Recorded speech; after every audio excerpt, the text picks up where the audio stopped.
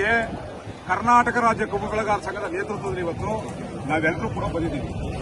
ಜಿಲ್ಲಾಡಳಿತ ಹತ್ರ ನಾವು ರಸ್ತೆ ಬಂದ್ ಮಾಡಲಿಕ್ಕಾಗಲಿ ಜಿಲ್ಲಾಧಿಕಾರಿ ಕಚೇರಿ ನುಗ್ಗಲಿಕ್ಕಾಗಲಿ ಬಂದಿಲ್ಲ.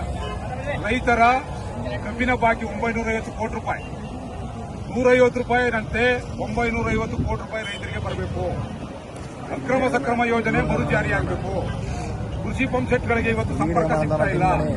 3 ಲಕ್ಷಕ್ಕಿಂತ ಹೆಚ್ಚಿಗೆ ಹಣವನ್ನು ಖರ್ಚು ಮಾಡ್ತಾ ಇದ್ದೇವೆ ರೈತರು. ಮತ್ತೆ ರೈತರ 800 ಕೋಟಿ ರೂಪಾಯಿನಷ್ಟು ಹಾಲಿನ ಪ್ರೋತ್ಸಾಹಧನ ಸಿಗಬೇಕು.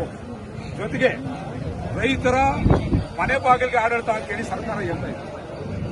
ಹಗರಣಗಳನ್ನು ಮುಚ್ಚಿಕೊಳ್ಳಲಿಕ್ಕೋಸ್ಕರವಾಗಿ ಮಂತ್ರಿಗಳು ಸರ್ಕಾರ ಜವಾಬ್ದಾರಿಯುತವಾಗಿ ನಡ್ಕೊತಾ ಇದೆ. ರೈತರ ಸಮಸ್ಯೆಗಳನ್ನ ಬಗೆಹರಿಸಲಿಕ್ಕೆ ಯಾವುದೇ ಅಧಿಕಾರಿ ಕ್ರಮ ಕೈಗೊಳ್ತಾ ಇಲ್ಲ. ಜಿಲ್ಲಾ ಮಂತ್ರಿಗಳು ಕೆರೆ ಕಟ್ಟೆಗಳಿಗೆ ನಾಲೆಗಳಿಗೆ ನೀರು ಬಿಡಲಿಕ್ಕೆ ಕ್ರಮ ವಹಿಸ್ತಾ ಇಲ್ಲ.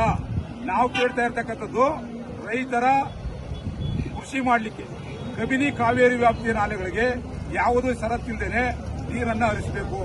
ಕಳೆದ ಸಾಲಿನಲ್ಲಿ ತಮಿಳುನಾಡಿಗೆ ನೀರು ಬಿಟ್ಟು ಅಚ್ಚುಕಟ್ಟು ಭಾಗದ ರೈತರನ್ನ ಬರಪೀಡಿತರಾಗಿ ಮಾಡಿದಿರಿ. ಇವೆಲ್ಲ ವಿಚಾರಗಳನ್ನ ಇಟ್ಟುಕೊಂಡು ಮುಖ್ಯವಾಗಿ ಪ್ರಸಕ್ತ ಸಾಲಿಗೆ ಕಬ್ಬಿಗೆ 4,000 ನಿಗದಿಯಾಗಬೇಕು.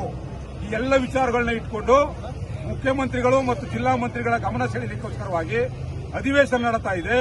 ರೈತರ ಪರವಾಗಿ ಚರ್ಚೆ ಮಾಡಿ ನಿಮ್ಮ ವೈಯಕ್ತಿಕ ಹಗರಣಗಳನ್ನ ಬದಿಗಿಟ್ಟು ರೈತ ಇವತ್ತು ಬೀದಿಗೆ ಬಂದಿದ್ದಾನೆ. ರೈತನ ಬಗ್ಗೆ ಕಾಳಜಿ ವಹಿಸಿ ಅಂತ ಎಚ್ಚರಿಕೆ ಕೊಡಲಿಕ್ಕೆ ಮೈಸೂರಿನ ಜಿಲ್ಲಾಧಿಕಾರಿಗಳ ಕಚೇರಿ ಮುಂದೆ ನಿರಂತರ ಹೋರಾಟ ಧರಣಿಯನ್ನು ಮಾಡಲಿಕ್ಕೆ ಕರ್ನಾಟಕ ರಾಜ್ಯ ಕಬ್ಬು ಬೆಳೆಗಾರರ ಸಂಘದ ಪದಾಧಿಕಾರಿಗಳು ಬಂದಿದ್ದೇವೆ. ನಾವು ಚಳವಳಿ ಮಾಡ್ತೇವೆ.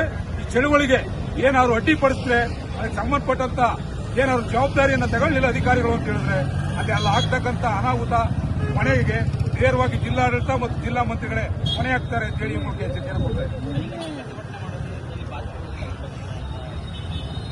ಪಾತ್ರೆಗಳು ಶಾಮಿಯಾನ ತಂದಿರತಕ್ಕಂಥದ್ದು ನಿರಂತರ ಚಳವಳಿ ಮಾಡಲಿಕ್ಕೆ ನಿನ್ನೆ ಜಿಲ್ಲಾಧಿಕಾರಿಗಳಿಗೆ ಪೊಲೀಸ್ ಅಧಿಕಾರಿಗಳಿಗೆ ಗಮನಕ್ಕೆ ಅರ್ಜಿಯನ್ನು ಕೊಟ್ಟಿದ್ದೇವೆ.